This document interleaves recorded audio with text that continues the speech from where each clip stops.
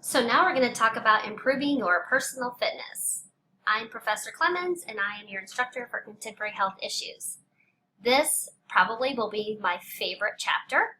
I think you know if you watched my introduction in the first week that I love fitness. And specifically, I love fitness ministry. And that has been the heart of who I am for the past 25 years.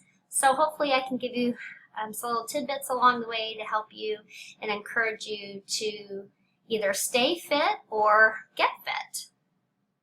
So when it comes to fitness, there's two types. You can either be physically active or there's exercise. And the difference between the two is physical activity is any bodily movement that is produced by contraction of skeletal muscles. So this can be doing household chores. This could be walking your dog. This could be anything that just gets you up and moving your body. And then you have exercise, which is more planned and structured. It's repetitive, using those body movements repetitively, either to improve or maintain your physical fitness. So, physical fitness is the ability to perform moderate to vigorous physical activity on a regular basis without excessive fatigue. So there's a lot of reasons why you might want to be physically fit. A lot of people want to be fit to get healthy. And some people want to improve their health to improve their performance. They might be in a certain sport or running in a marathon. And that would be a motivating factor to get physically fit to enhance their performance. Probably most of us fit into the health range, that we want to be physically fit to improve our health. So let's talk about the components of physical fitness. There's cardiorespiratory endurance, muscular strength, muscular endurance, flexibility, and body composition. We're going to talk about these 5 components in the short YouTube video that I'm going to play for you. And then there's this other added component called balance, and we'll talk about that as well.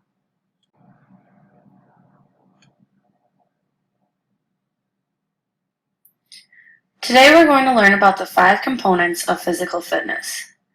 These 5 components are muscular strength, muscular endurance, cardiovascular endurance, flexibility, and body composition. Cardiovascular endurance is the ability of your heart and lungs working together to fuel your body with oxygen. Some examples of cardio exercise are jogging, swimming, and cycling. Cardiovascular endurance has a number of benefits. It strengthens the heart, lowers blood pressure, and it increases the amount of oxygen tissues are able to extract from circulating blood. Muscular strength is the amount of force a muscle can exert in one single effort. Muscle strength is achieved when you are able to lift loads in excess of 70% of your maximal strength. This is more weight and fewer reps. Muscular strength focuses on quick bursts of energy rather than long, drawn-out ones. Some exercises that would help with muscle strength would be bench press, leg press, and bicep curls. Muscular endurance is the ability of a muscle to perform a continuous effort without becoming tired. Muscular endurance is one's ability to perform many repetitions with a sub-maximum resistance over a given period of time. This is less weight and higher reps. It is important to pay attention to muscular endurance if you play any sort of sports or are involved in any sort of physical activity that lasts for quite a while. For example, such sports as hockey, football, tennis, and cross country. Muscular strength and endurance are important because they reduce the risk of injury, they help keep a healthy body weight, and lead to healthier and stronger muscles and bones. Flexibility is the ability of each joint to express its full range of motion. It's about balancing the muscle groups you use or overuse during exercise and other activities. Stretching improves performance and decreases the risk of injury, improves posture, improves muscle coordination, and enhances enjoyment of physical activity.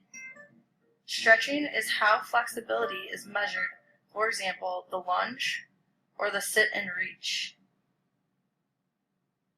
Body composition is the amount of body fat you have versus the amount of lean muscles, bones, and organs. Body composition is divided into two separate types of mass: fat-free mass, which is comprised of all of the body's non-fat tissues, and body fat. Fat-free mass includes bone, water, muscle, and tissues. Body fat is literally fat located within the body. Some fat is necessary for overall health. It helps protect internal organs, provides energy, and regulates hormones that perform various functions in body regulation. But when someone is overweight or obese, they have an excessive amount of body fat. There are a variety of tests that are used to measure body composition. The most reliable is underwater weighing, but due to the size and expense, this type is not common. Many doctors, gyms, and health clubs use a pinch test instead. Now you know the 5 components to physical fitness. Following, there is a short 10-question quiz you have to take so I know you understood the lesson. Good luck.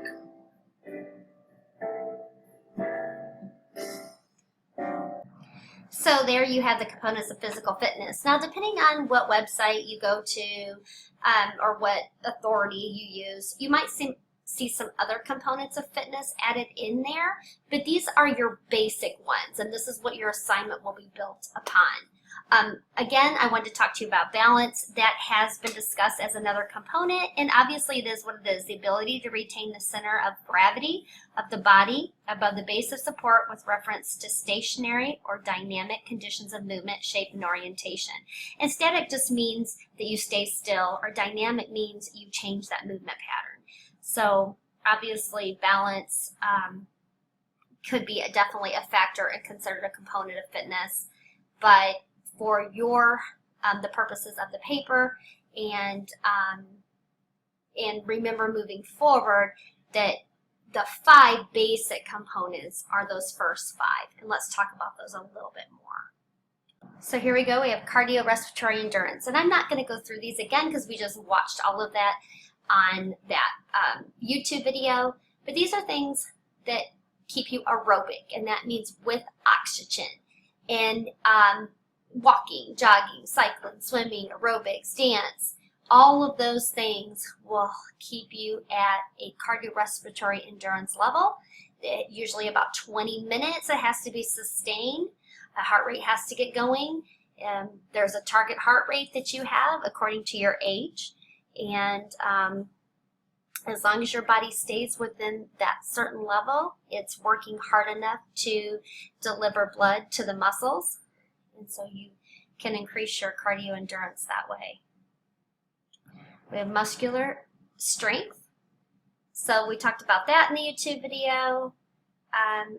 There's quite a few ways to get muscular strength. You can do that just by working out and actually going and lifting weights and increasing that amount of force with a single effort.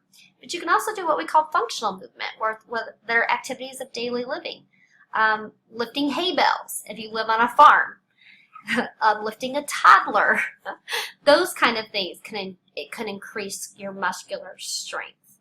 It's very important when you do these things to do them correctly and align yourself correctly. A lot of that strength comes from the core, and so it's important to have a strong core. The studies say that as you increase your muscular strength, you also can increase your metabolism. So your metabolism increases with muscular strength. It it burns more calories. It's able to burn more calories. And so studies have shown that even after working out and after strength training, you can continue to have an increased metabolism. So it's definitely something that you don't want to neglect. We have muscular endurance, which is different than just using that maximum strength. This is the ability to exert force repeatedly or sustain a given level of muscle tension. And isometric, that involves isometric, where you're using your own body resistance. It's a static movement. It's not something where you move with it. So if you were to do a push-up against the wall, if you were to do and hold that push-up in one position, if you were to do a plank, a lot of you know what a plank is. They do this a lot in yoga and other things to strengthen the core. You're down on your forearms, you're up on your toes, and you're just holding that position. That can build strength as well, and that's an isometric type of muscular endurance. Or you can have the repetitive motion, like a bicep curl, where you're doing that over and over until that muscle is fatigued and you can't do it anymore. So all these are important for good posture, for injury prevention, for assisted daily living. And as you look at the picture, obviously he has to have a lot of muscular endurance to hold 2 babies on each side when they're crying. A lot of times you just don't know when they're going to stop. You can't put him down. He's probably rocking and that type of thing. So it's for all those daily living things that you need that endurance for. It's important to build that muscular endurance. And then for your leisure and fitness, there's lots of different ways to incorporate that, whether you go to a class that's going to help you, like a formal class that's going to help you learn that, ways that you can do those bicep curls. There's lots of different ways. It doesn't have to just be a standard bicep curl. There's lots of ways to work the biceps and lots of ways to work the triceps, the opposing muscle. But anything that you can do throughout the day to build that endurance is going to be beneficial. Flexibility. This is one that's neglected the most, and that's why I had you do the yoga and that stretching exercise video, because a lot of people are all about cardio. Oh, they want to get lots of cardio in, and they're all about lifting weights and being strong, and they totally neglect flexibility. And if you neglect your flexibility, you are more prone to injury. And so it is so important to have flexibility. And in fact, a lot of people don't realize that the more flexible you are, the better your cardio workouts are going to be. The more muscular endurance and strength you can have, the more flexible you can be, and the more range of motion you can get throughout your joints. So please don't neglect this. Make sure that there's a balance, that you have a balance, that you are stretching before and after your workouts, or that you're incorporating just a class in general, one just for flexibility. It is so important. And then you have body composition, and we've talked about this in other, in I think the previous chapter, that there's ways to find out the proportion of your fat to fat-free mass in the body, and according to your body composition will tell you if you're in a healthy range. So, and if you're not, and you have a high body composition, then you're prone to heart disease, blood pressure, high blood pressure, strokes, joint problems, diabetes, gallbladders disease, cancers, back pain, all of that we talked about in the previous chapter when it comes to being overweight and obese. Many, many benefits of physical fitness: increases your metabolism, helps you in your daily life, gives you good posture, low back pain, the ability to move, decreases your injury, decreases the rate of disease and obesity, and all those things right in the middle there: diabetes, cancers, joint problems, osteoporosis. Your heart functions more efficiently. You have a lower resting heart rate. All of these things right there, so many benefits of physical exercise. And not only physically speaking, but mentally speaking as well. So here are some direct disease prevention and management things that you can do with physical activity. You can help with cardiovascular disease. You can help prevent that. You can actually help prevent cancers, especially colon, breast, prostate, cervical, ovarian. All those are, you help prevent with being physically active. Now, is it a guarantee? No. But the healthier you are and the better body composition, the normal body composition range, and all of those things will help prevent those diseases. And the earlier in life a woman can start to exercise, the lower her risk of breast cancer. These are scientific studies that have shown this. Osteoporosis, where a lot of people you see that are older are hunched over because they weren't aware of the effects of not exercising and not training for strength and strengthening those bones and getting the right vitamins and all of that. So increasing that muscle mass can help prevent against osteoporosis as well. So we touched on this, not only other physical and benefits, but it improves the psyche. It reduces stress. It relieves problems sleeping. It reduces anxiety, depression, improves your self-image. It helps you learn better, helps your memory. You get a lot of enjoyment when you exercise. There's actually endorphins and things, hormones that are released called the runner's high, if anybody's heard that. There's physical things that happen in the brain when we exercise. And it's a great outlet for anger and aggression. We talk about being constructive with our anger. It's not wrong to be angry and all of that, but taking that out in the form of exercise, as long as there's a balance, is great. And I know when I am stressed out, I remember this, my babies or my kids would say, "Mama, you need to go exercise." And it was just kind of funny because it's so true. Like, I just found myself saying, "Okay, I gotta go for a walk. I gotta go for a walk, guys," or I need to go swim some laps in our pool for 20 minutes or whatever. It was a great outlet for stress. And so anytime that you can exercise, you're going to improve your psyche in some way, shape, or form. So basically, there's these things called the FIT principles, and FITT, and your assignment is going to be centered around the FIT principles. But when you exercise, there's the frequency, the intensity, the time, and the type.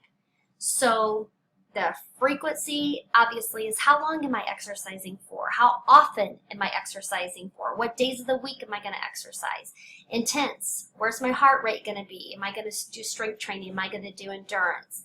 The time, how many reps? How long specifically for that exercise session am I going to work out? And exactly how many reps am I going to do? And how whatever that time is specific to that specific session.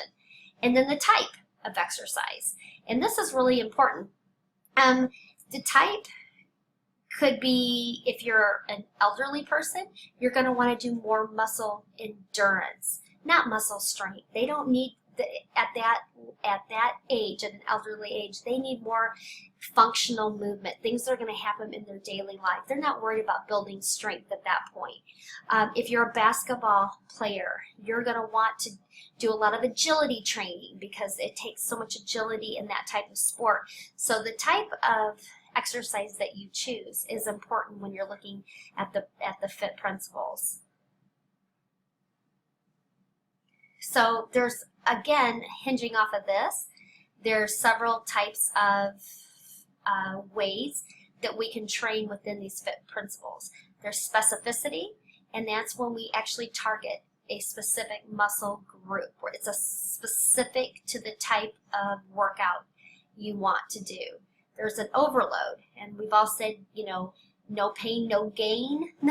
This is kind of along that principle. The more I work out, the stronger I will get. Therefore, the stronger I get, the more I need to work out and add a more intense level along the way. If I'm going to, if my goal is to get stronger, then I've got to make sure that I'm not just staying at the same level, that I'm always moving to another level. And again, your exercise selection and your exercise order. There's so many theories out there, so many workouts designed out there. I just did a big paper on strength training, and I was overwhelmed at how many different types of programs there are out there. I want to go ahead and play this YouTube video so that you can see this FIT principle in action.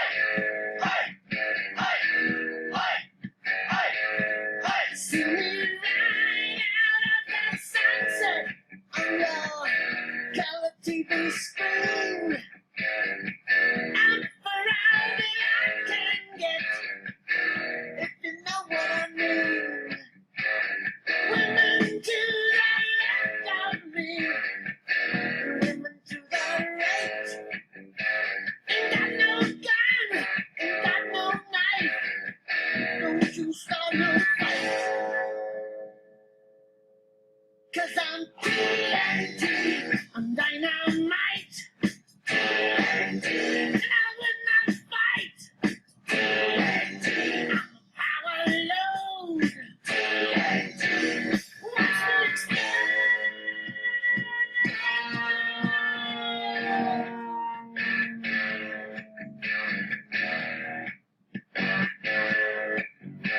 I'm dirty, mean, mighty and clean.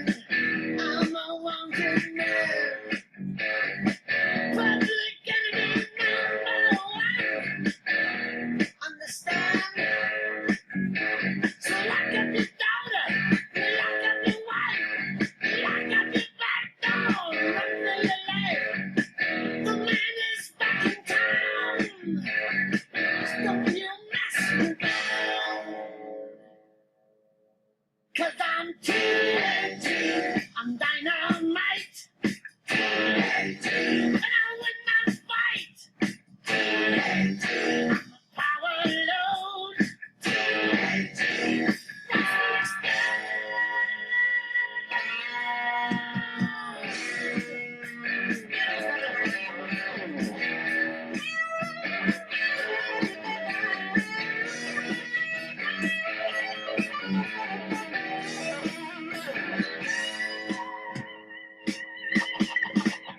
TNT, oi, oi, oi. TNT, oi, oi, oi. TNT, oi, oi, oi. TNT, oi, oi, oi. TNT, oi. I'm dynamite. Oi. TNT, oi. Where's the fight? TNT, oi. I'm a power load. TNT, watch me explode.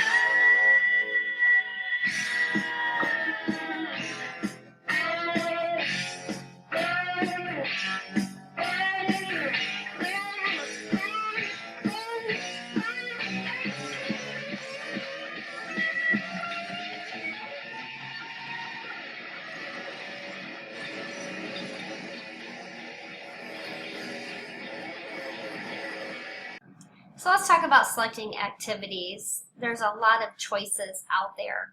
This is what I want you to remember. You need to do something that's fun. If you don't enjoy what you do, you're not going to probably stick with it. I think this is the biggest pitfall when somebody goes to select an activity. There is something out there that you enjoy that's going to get you fit. I promise you. It might take a little while. You might hate formal classes. You might absolutely despise running or walking, or swimming or whatever it is. It doesn't have to be necessarily structured.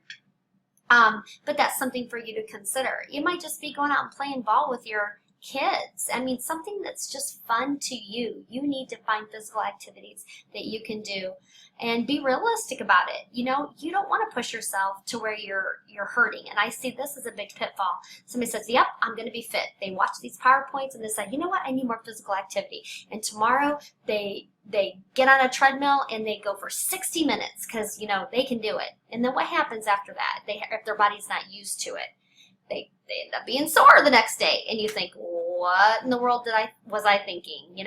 I hate to exercise. Being sore and being in pain is not worth it. And so they quit. So you have to be realistic. You have to start out slow if you haven't been exercising for a while. It's baby steps and working and building your endurance up and your strength up so that you're not sore and you're not in pain. And it's, again, looking at making sure you can include all those components of fitness. Not every single time you work out are you going to have all those components of fitness. But overall, as you're looking at your activities within a week, make sure that you have included all the components of fitness there. As you pick that exercise that you want to do, let's remember that we want to keep from getting injured. I highly recommend, if you haven't been working out, to hire a personal trainer. You don't have to hire a personal trainer for 2 months. Just maybe get 1 or 2 sessions. And a lot of places offer the first consultation for free. So I recommend getting somebody or hiring somebody, finding a buddy or somebody that knows a lot about exercise that can kind of help you out so that you don't end up injured. There's quite a few different types of injuries you can get if you don't know what you're doing. That the traumatic injuries, of course, are your strains and tears and all of that. That's something like, you haven't been bench press since you were in high school, and 20 years later you think you can just go in and pick up a weight and bench press that again. Might really cause a tear in the muscle if you did that. So overusing that injury, that's huge, especially in athletes. Let's think about a runner who runs all the time. They're so if they're doing that over and over and over and over again, these are some things that can happen as a result of that. Remember that the basic treatment for these injuries is something called RICE, the acronym: rest, ice, compression, and elevation. That would be an appropriate way to treat an injury when it happens. But remember, you need to go see your doctor. If you feel like after you've done the RICE it's not getting any better, then it's always very important to seek medical intervention. And then make sure you have the appropriate equipment when you're working out: helmets, goggles, padding, mouth guards, footwear. Footwear is really huge. I want to touch on that very quickly. It's something that people take for granted. I can't tell you how many fitness classes I've taught and I look down and see very, very poor footwear. I've even had a couple people wear flip-flops to classes. And in no way am I making fun of them, but some people wonder why their feet hurt so bad and why their knees hurt so bad. A lot of those things can be traced back to poor footwear. It is very, very important to invest in a really good type of shoe. So this is your excuse, women, to go shopping. I'm telling you. It just pays to get a good shoe. And depending on what sport you're going to do or what activity you're going to choose, there's all kinds of shoes that are conducive to certain activities. So go somewhere where they know what they're doing and they can kind of walk you through what would be the best type of shoes. I guarantee it's worth every penny. And then we also need to be careful of the temperature. If you're in two extremes of temperatures, it can cause heat cramps, exhaustion, stroke, hypothermia, all of those things. So these are things to help remember as you get physically fit.